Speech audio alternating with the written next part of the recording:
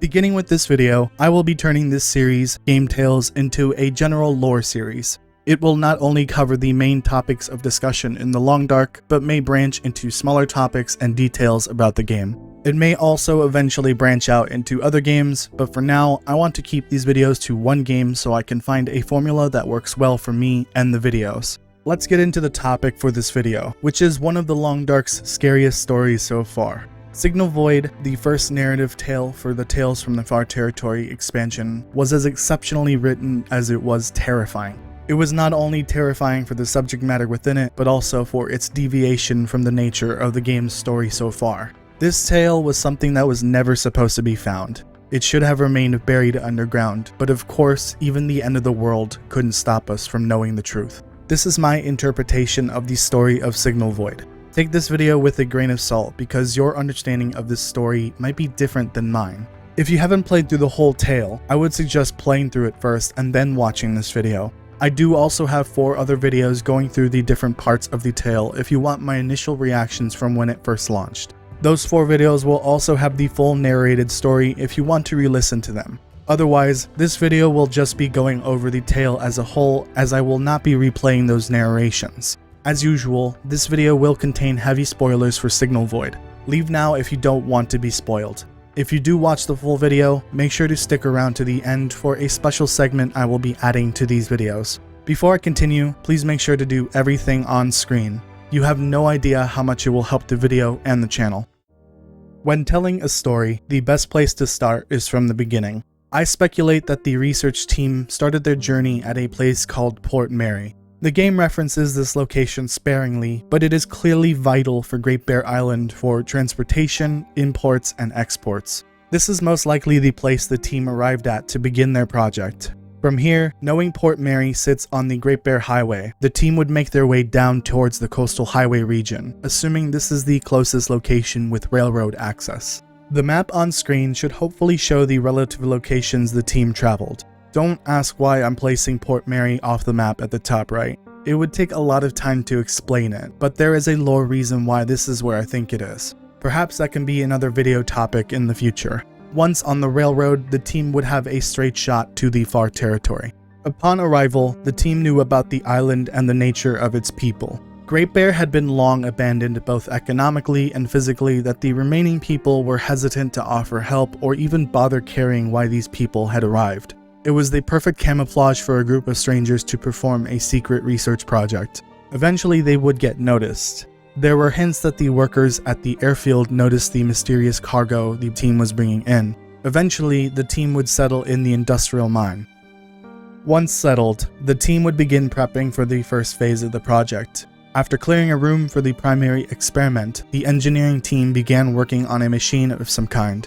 The lead on the project was named Rudiger. He was seemingly the only person to know what the project was about. Even the engineers knew nothing about the machine they built and its purpose. The security chief would eventually take notice that a team, known as Team 3, was showing signs that they would not be fit for the project. Eventually, alignment interviews were conducted and security was called to, I assume, have Team 3 removed from the mine.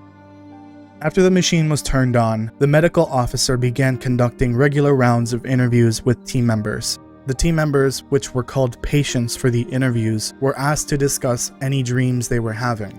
The patients would recall various different dreams and even have to discuss different occurrences of each dream. The patients were clearly having recurring dreams. Patient 7 was the only patient that gave us a glimpse of what these dreams were about. The chronological order of the dreams showed that they started as memories of past events in their lives and would eventually turn into what I would call nightmare fuel. Over time, whatever the experiment was doing was causing the patients to have darker and more deeply disturbing dreams. The medical officer noted proximity to the machine was important for treatment. It was also evident that not only were the patients' dreams becoming more nightmarish over time, but the patients themselves started to exhibit symptoms of something very sinister. Eventually, the machine would be turned off and Rudiger would disappear. He had promised a resupply, but it wasn't clear if it actually happened. An outbreak occurred, but it was nothing like any of the team members had seen. It was invisible, yet very visible. It left no scars, yet scarred the victims. The security chief mentioned it was not a known pathogen. Feeling fuzzy was a description they gave as their symptoms just started to show. The patients began to show difficulties recalling their dreams in the later interviews. Those that were too far gone would eventually have to be locked up in order to prevent them from wandering. The memory of these team members started to crumble like the faces of people they used to know. An extraction was imminent, as noted by the medical officer. The interviews showed no concrete data as the minds of the patients continued to decline. The experiment itself showed some bizarre benefits as noted by the security chief. It was clear to them that Rudiger was the only person that never showed symptoms, making his disappearance seem out of the ordinary. From here, it is unclear what happens to the research team, but it is very clear that their story isn't over just yet. To conclude this video, I want to discuss a few things about this story that really drew my attention. It seems to me that the proper protocols before starting the research project were not conducted. Alignment interviews are generally done before you hire someone to make sure they fit the company or, in this case, research project. To me, this seems strange. It could be possible that they were on a short timeline and they had to cut corners here and there. Part of me is still bothered by this part and doesn't really understand what happened to Team 3 and how they even got involved without more context. After reading and rereading the whole tale, it is very clear that Rudiger was in the know on something about the experiment with the machine and kept it secret from everyone. It's possible that whatever entity ordered the project intended to deceive the team and possibly never intended to recover them. Rudiger himself might also have another motive for disappearing.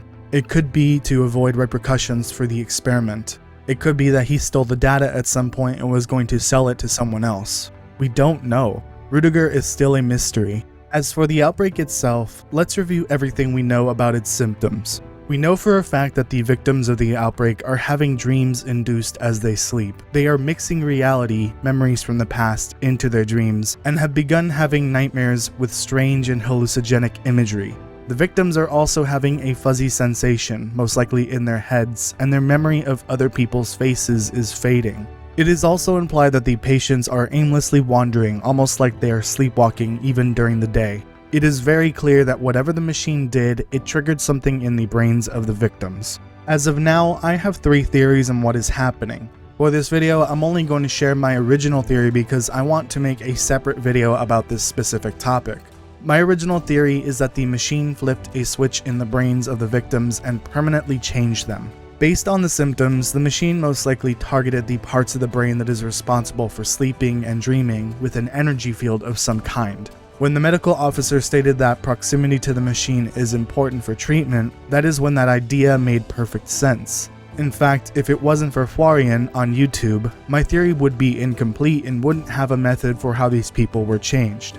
In a future video, I will discuss all 3 theories together and a separate theory that not only involves Signal Void, but also another story thread in the game. I will say this now because I think it will be very important for the Long Dark going forward. Be on the lookout for Rudiger. Whether it's the next tale, a random note added to the game, a direct mention in Wintermute Episode 5, or future campaign or narrative content, he will make an appearance at some point. If you watched this far into the video, thank you so very much. I really do appreciate it. Now I want to introduce a new segment for these videos where I ask you a question. That question is, can you survive the Long Dark as a vegan? Think very carefully and take into account the various difficulties and situations that could happen in the game. I will share your responses in the next video. If you found this video entertaining in any way, please make sure to do everything on screen. You have no idea how much it will help the video and the channel.